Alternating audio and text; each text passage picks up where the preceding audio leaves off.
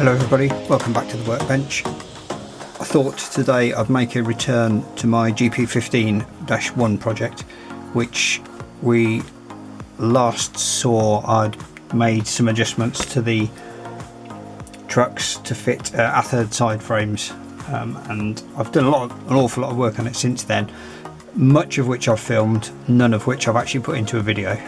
I've ended up with lots of footage of various aspects of the build, but it's moved on quite a bit, as you can see, and a lot of the footage kind of become obsolete, and it was making a very long video. So I've decided to just do this as a summary, and I might cut some of that other footage in as we go through. It was never intended to be any sort of instruction on how to do anything. I'm no expert on doing this. This is my first proper loco rebuild in plastic, so it was really just a video of what I've done. I thought it might be of interest to anyone who wanted to do a similar sort of project. So just a very quick recap. GP15-1, this is a model of Morris Stanley number 25. The Morris Stanley's been very much Alco based for most of its existence, but with the majority of the locos are Alcos, but then last year they bought a pair of Union Pacific GP15-1s, which have been repainted into the Morris Stanley livery. Obviously had a bit of work done to them as well to get them back up to spec. So that's what I'm building. It started off, this is a Walthers Trainline model, which I bought for, I think it was £60 from eBay, and with the intention of just respraying it. Once I'd received it, I realised it was the wrong model. In effect, it didn't have a lot of the features that the Morris Stanley locos have. So rather than replacing it with an expensive A-third model or something like that, I thought I'd take the opportunity to have a go at doing the work, see if I could detail it myself up to the specification I needed it to be. I've not done a loco respray before, so I was reluctant to spend £180–200 on an A-third model, which probably would have been more detailed and more accurate, and then respraying it. I have got an A-third GP7U, which I've bought with the intention of respraying into the Morris Stanley number 23 livery, but this loco and the other one of the pair, number 24, which I'll come to later, will hopefully be a bit of practice before I start dismantling a £200 model to paint. So beyond the trucks, I think at the point that I've done the trucks, all I've done with the body shell at that point was strip it in IPA, which, as you can see, there's no paint yet. I wanted to get this done before I painted it, although parts of the underframe, the fuel tank's painted, and I've put some primer on the underframe. I will cut in some video footage of the prototype. There was a video on YouTube by a chap called ZDorian95 of 20, I can't remember, it's 24 or 25, working on the Morris Stanley, and I've contacted him and he gave me permission to use some excerpts from his footage, so I'll cut some of that in so you can see what I'm actually aiming to achieve with this model.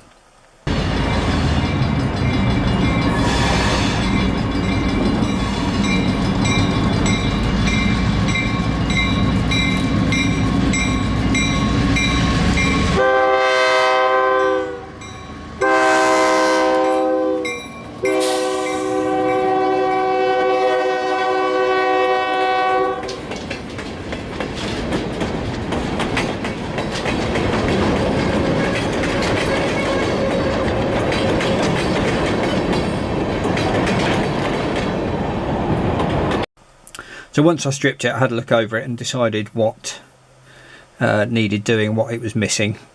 The most obvious parts that were different from the Morris Stanley locos was the blower housing on the side here, and it had no inertial filter on the top, and the filter screens. All of this was hatches on the model. which obviously not on the Morristown Leary locomotive, and that was the same on the other side as well, was largely hatches, and on the Morristown Leary it's a plated version with some hatches on the side. So the first thing I did was to remove all the moulded features from the side there, and strip that down from the side and the top. I also took the class lights from the front of the short hood. There was class lights here, and a hatch on the top of the short hood that had to go as well. They were relatively easy to file down and sand off. I did toy with completely taking this section out where the blower housing is and rebuilding it, but once it was sanded and flat, I thought it was going to work okay with a bit of 10 thou plating over the details on it. Also took the original exhausts off the top. There was 2 oval exhausts on the top, and I also stripped a lot of the detail off the pilots front and rear. So the next thing I did was to do the work on the inertial filters. These are I made these from evergreen lap board. I'll put a note on the screen as to which sheet it was that I used for that, with evergreen strip around the side to finish it off, which worked really nice. I'm really pleased with how that turned out. The blower housings are by, I think they're Cannon and Company, if I remember rightly. Yes, they are. It's a Cannon and Company blower housing, as is the filter on the top.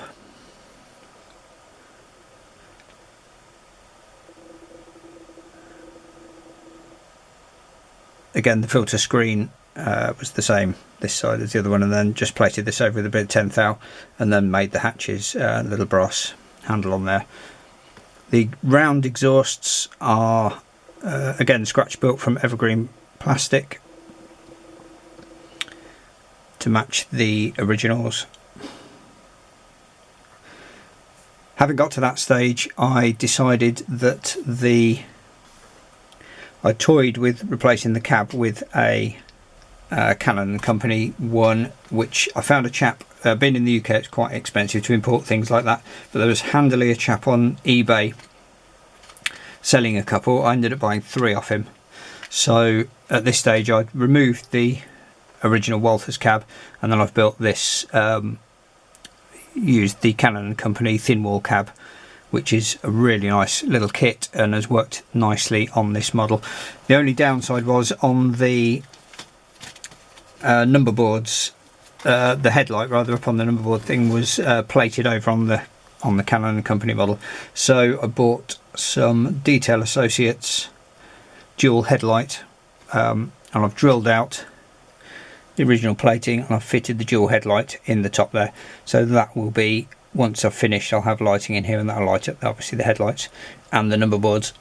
I'm still toying with whether the number boards might be lit separately, but there's not a lot of room in there, and for my first upgrade I'm not sure whether I'm going to be up to having those separately lit, so it might just be that they all work together, which they do on most of the other models I've got anyway, so that won't be a great sacrifice. The other main thing that was missing from this model that was most obvious were the grab irons, most of which are in standard positions. There's one on top of the hood, the short hood, which was an extra one that I fitted, along with drilling this out and fitting a sand filler on the front there. And then it was just a case of going around fitting, so we've got grab irons on the front of the short hood, on the side of the short hood, and then the ones on the end of the long hood, plus the long iron at the top here with another sand filler. These grab irons, I originally bought some, I think they were Details West, and they were straight ones, which I bent myself to shape, and I wasn't 100% happy. They're okay, and I think they'll be fine because they're painted red, they're the same colour as the body, so I don't think they'll show too badly. But then when I ordered some stuff from America, I chucked in a pack of angled grab irons as well to probably replace them with, and they were the Tichy Train Group ones. When I received them, they weren't really any better or any more accurate than the ones I bent up myself, so I've just stuck with the ones that I did myself, to be honest. I replaced a couple that were of the less good ones, but on the whole I was reasonably happy with the ones that I'd used. At this stage I also decided to add to the Canon and Company.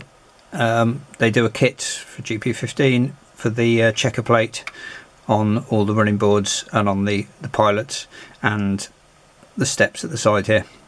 So again, I bought that from Factory Direct Hobbies when I ordered some other things, so it was all included in that post. And I've got two sets because I've got a set for the other one of these I'm doing. So that then involved cutting out all the original plastic steps. And again, this was a job I hadn't really intended to do. I thought it wasn't going to be worth it. So I cut out all the plastic steps, front and rear. And these are lovely. I don't think you can see them necessarily on this footage, but these are lovely etched brass with all the step holes in them. And having done that job, I'm really glad that I did. The checker plate on the running boards, walking boards, whatever, looks really good, but the steps really do finish it off nicely. It's such a good thing to have done. Well, so whilst everyone else has been watching the football this evening, the Euros final, I believe, I have been finishing off the treads and footsteps on my GP15. Steps are in, treads are on. Some of the other details I've added to this model, working on the Canon Company cab at the moment. So yeah, there you go. Really quite pleased with how that is looking at the moment.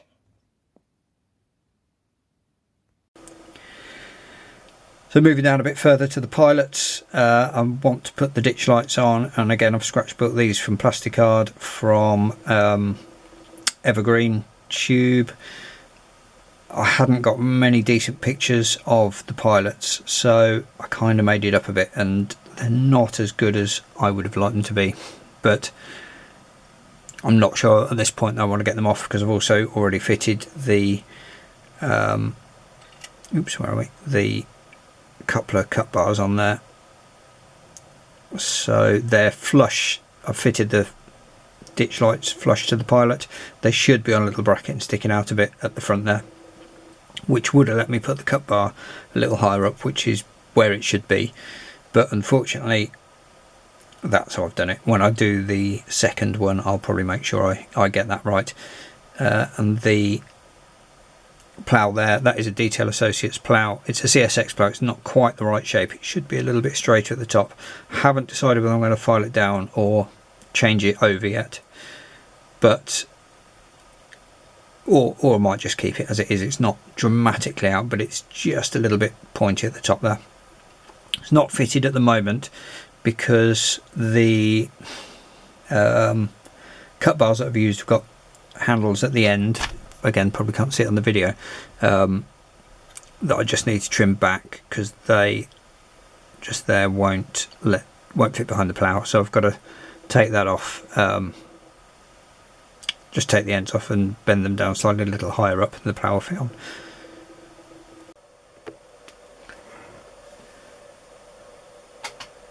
I've got all the hoses. I can't remember what supplier they've come from now. I think they are Detail Associates ones as well. So we'll have all the hoses on there once the plough's on.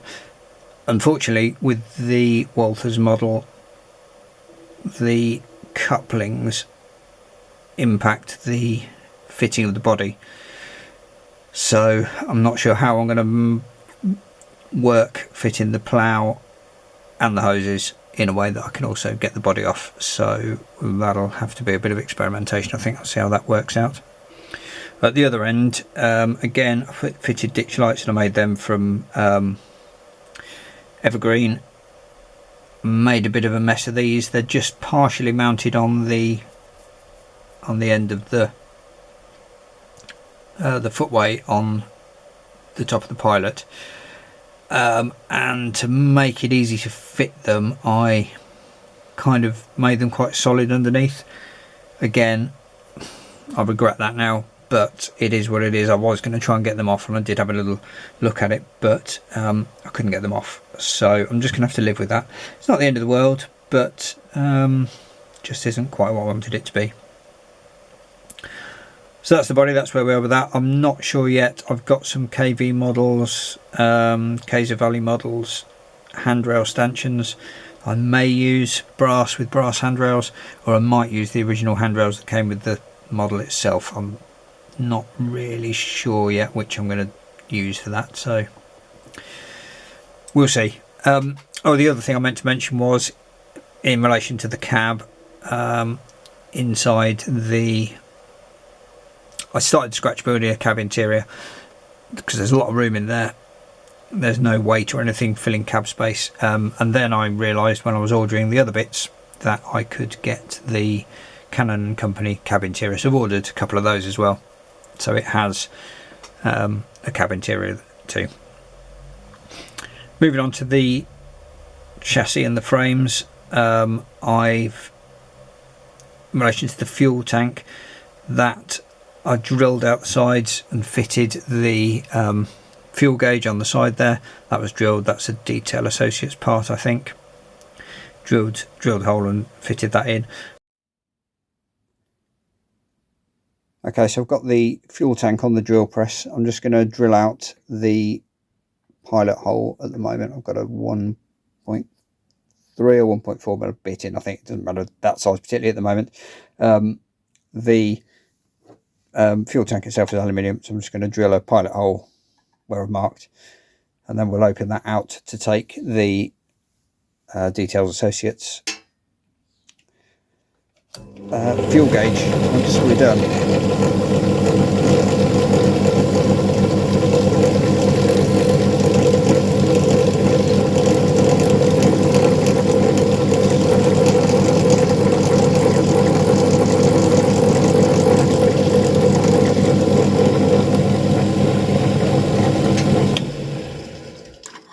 That's just the pilot hole, so it doesn't need to be particularly deep.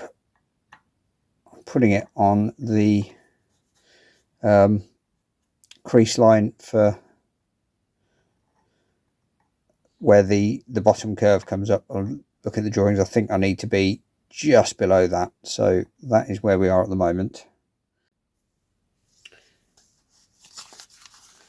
Okay, so these are the Details Associates EMD fuel gauges, 6 in the pack. So I've got enough for 3 locos. I've got this and the 24 to do, so that's good.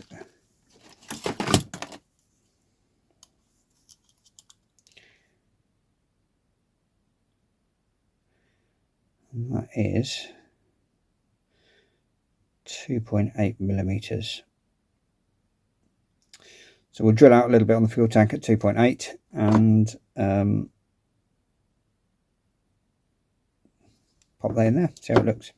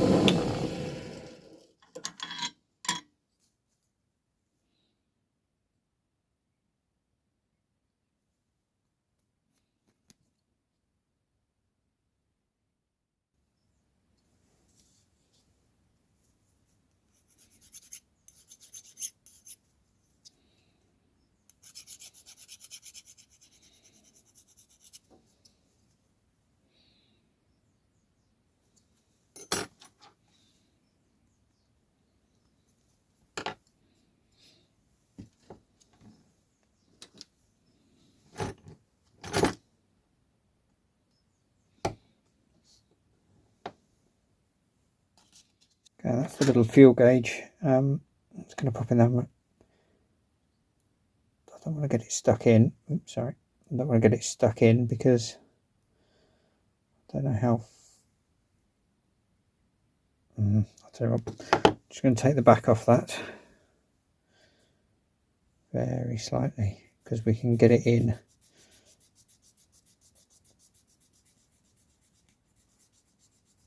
It's a very, very tight fit.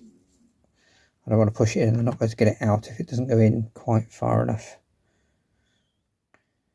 There we go.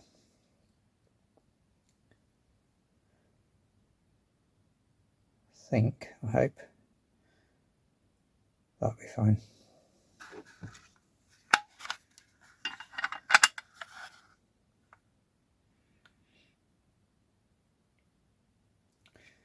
Right, next job, fuel filler. I also scratch built this, which I presume is some sort of fuel pump. I'm not sure what it is. It's not a sort of a standard GP15 part looking at the book I've got on the GP15s, but it's definitely there on the Morris Tannery one, so I did that, and I also fitted a representation of the fuel fillers at the top here. Not brilliant, but I think they'll do the job. And at the other end, again, on the Morris Tannery locos, but not, I think, standard on all GP15s, certainly not earlier ones, is this fitting here. Again, I'm not entirely sure what it is, but I've built it and added it in underneath. I'm really pleased with how that turned out. The other thing I did with the frames was I lined underneath with plasticard on the top and back faces in effect, and put a line on to make it into it would be a formed sort of girder, for want of a better phrase. So I've represented that with plasticard, and then I've been able to add various bits of pipe work and such like underneath, which was quite nice to add a bit of detail under there. There's a filter fitted to the bottom and various other bits that I've just mostly pipes and tubes and cables underneath. The bell is also fitted underneath. That's just here. Unfortunately, last night when I was just doing a few bits of work on it, I managed to knock it off, and I've actually broken the fitting on it. So I've got to. That's something that I need to rebuild at some point and refit, but because it's plastic on the bottom there, it's easy to drill it out, glue it into place, relatively easy. That's now got a coat of white paint in it. I am going to put a coat of primer over the whole thing. I'm going to be spraying it in acrylics, Tamiya acrylics, which, being a matte finish, probably doesn't need a primer, but I would like to put one on just to kind of draw it all together, and so that I can have a look at it and look for any blemishes and that sort of thing, rather than painting it and then deciding there's something I need to change. So there we go. That's the main points of my GP15-1 project, Morris Tannery number 25. I will hopefully get a coat of paint over it at some point in the next week or so. Primer at least. The body itself is complete, I think, in terms of all its details, unless I spot anything else. In fact, I did spot something else last night. I've just remembered. I've got these are also KV models, lift rings, which are fitted on the top. There's 4 there. I realised last night there should be one either side of the blower housing of the inertial filter hatch, and possibly a couple at the back as well. I need to check and see, but they'll need fitting on there. The cab needs a bit more detail as well. There's this obviously isn't finished, doors and windows to put in. There's sun visors to go on the side, horn, a couple of grab irons on the top, but at the moment the cab is still work in progress.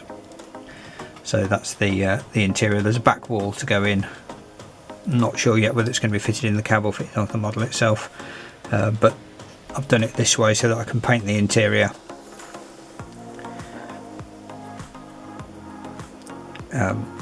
when I'm painting the rest of the model and get that painted and masked off. Hopefully it's going to be interesting because I've not done a respray on a model like this before. So my previous modelling was in O gauge in brass, and I must admit I tended to use rattle cans then, which, looking at those models now, was not necessarily a good decision, but I might get some of those stripped and repainted at some point as well. So there we are, that's a quick summary of the GP15 so far. Hopefully the next video will show it at least in primer, and then we'll be moving on to braving the airbrush and getting a proper coat of paint on it. My biggest concern in the livery, if you've seen the photos or the video, is red at the bottom half of the body, or the bottom most of the body, black roof, and then it's got a very fine yellow stripe all the way down the side there, and I'm not sure yet how I'm going to achieve that, because I want it to look good, and that could make or break the painting. So we'll see what happens. Okay, that's that. I will hopefully give you an update at some point in the future. Thanks for watching. I'll see you next time.